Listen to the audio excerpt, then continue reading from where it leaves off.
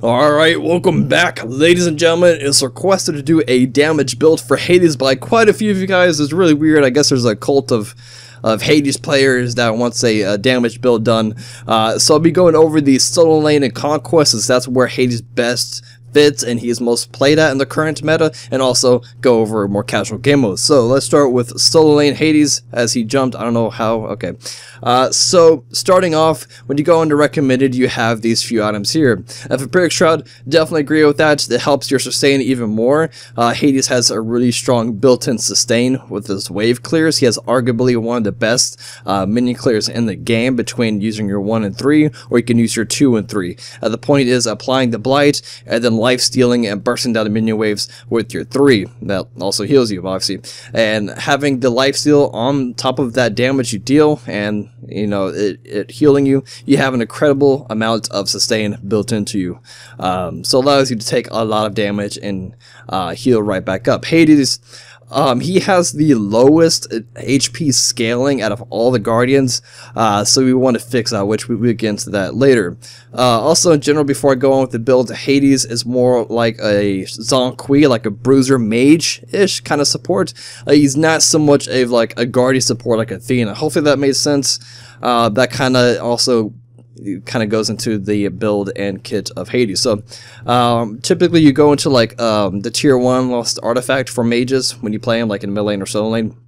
But for Hades, the same point as Vampiric Shroud, you want to go into the tier 1 tiny trinket. And then after you get to this point, you can build that either into Bancroft's Talon. Like, we're not talking about boots and then going back. We're talking about, you know, you can go into like Bancroft's Talon, or you can build into Pythags, whichever you prefer.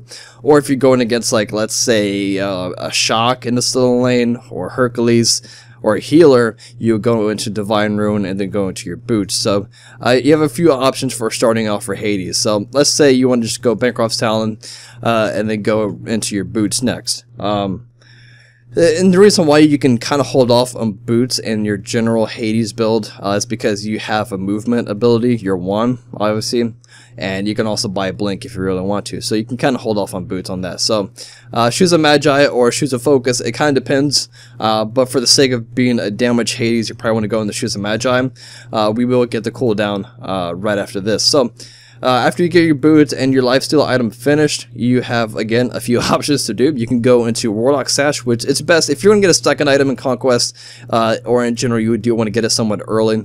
So this will be about a really good time to pick up Warlock Sash. If you don't want Warlock Sash, you don't want to bother with stacking, and you want to roam a bit, you can go into Ethereal Staff. Ethereal Staff is really great on Hades.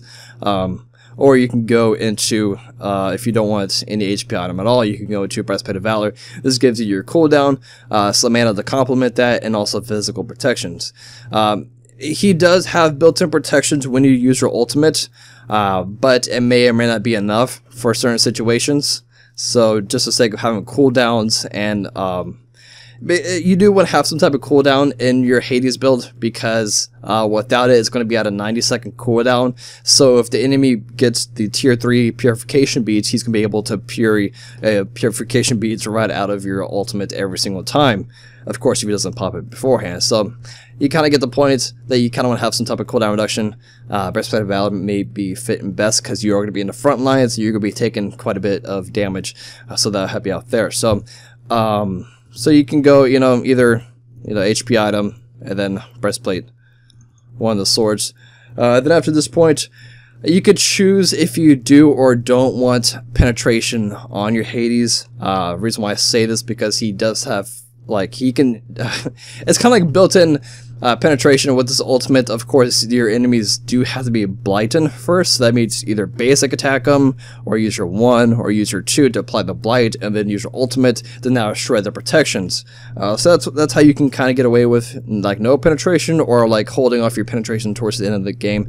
You can go into either Obsidian Shard, which if you're fighting multiple tanky gods, or if not, you can go into Spear of Magus. You can easily apply the stacks with your ultimate, since your ultimate is ideally a damage over time effect. So you can go into something like that and then go back and then build into Rod Tahuti. So you can do something like this. Overall pretty good. 517 magical power, 157 physical protections, and then 48 magical protections, which that'll be boosted up by an additional 80. Yeah, by additional 80 at max rank. If you feel like you're taking too much magical damage, you could trade off one of these items. Let's say, breastplate, or you can trade off Spear of Magus, one of those items, whichever you want, for a magical protection item like Voidstone. May not be too bad for you. Offers additional magical protection shred, and also help out your mages on your team, or you can vary that off into one of these other items. Just kind of build appropriately, I guess you say, like counter building and things like that. So for like maybe arena, let's say arena, because arena is a pretty common game mode, you can start off with Ethereal Staff right off the bat. This will let you do some early ultimates without worrying about getting bursted down by like krakens and things like that. And then after that, you can go into boots if you want. You can go into like Shoes of Magi, and then you have a few options. You can go into the Lifesteal. Bancroft's talent is so strong in Hades. You really use the passive a lot, because as soon as you start ulting, a lot of people try to kill you, and so your HP is going to drop. And with Bancroft's, that means your magical power is going to be doing more. You're going to have more magical power, so you'll be doing more damage in ultimate, things like that. So you can go into that. Penetration, Obsidian Shard, or Spear of Magus, whichever you prefer. Or if you want to be a little bit more supportish, you can go into the Voidstone. Just kind of build, accordingly. Like, do you have a lot of mages on your team? Do you have a lot of physical? Are you fighting a lot of physical? Are you fighting a lot of mages? So it kind of varies on what you're going against, and the penetration.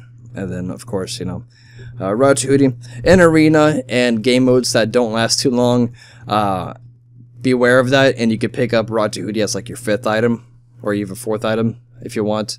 Now, let's say for Assault, maybe a little bit different. You can still start with the Ethereal Staff and Assault, or you can start off with Bancroft's Talent. Kind of varies on what you want to do there. So, overall, I hope that helps shine some light on some damage, Hades action, somewhat bruiserish, because that's just how his kit is. So yeah, thanks for watching it, and I'll see you guys next time. Peace.